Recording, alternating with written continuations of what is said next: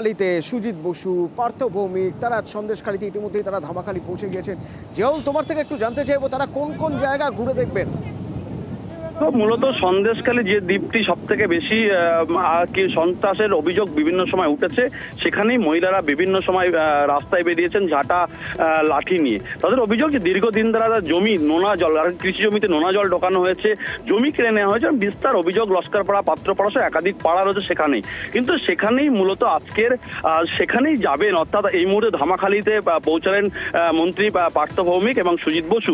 তারা কিন্তু একেবারে সরাসরি ধামাখালী থেকে সন্দেশখালী ঘাট, সেখান থেকে প্রথমে তারা পাত্রপাড়ায় যাবেন। তার কারণ পাত্রপাড়ায় প্রায় না হলেও প্রায় 4 থেকে 500 বিঘা জমি, সেখানে একেবারে কৃষি জমি, সেই জমিতেই নোনা জল ঢোকানো হয়েছিল।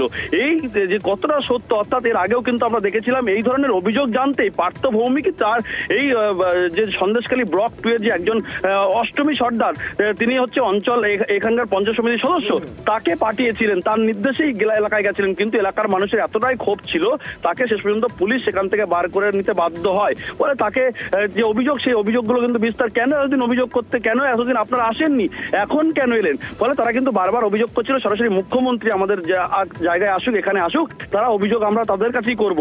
তারপরে আজকে দেখা গেল একেবারে পার্থ ভৌমিক, সুজিত বসু তারা কিন্তু এলাকায় কিছুক্ষণের মধ্যেই ঢুকবেন এবং এলাকায় মূলত কি ক্ষোভ, অর্থাৎ কোথায় কোথায় কোন নদীর জল ঢুকে। এখন তো সন্দেশখালিতে বাম প্রতিনিধি দল রয়েছে।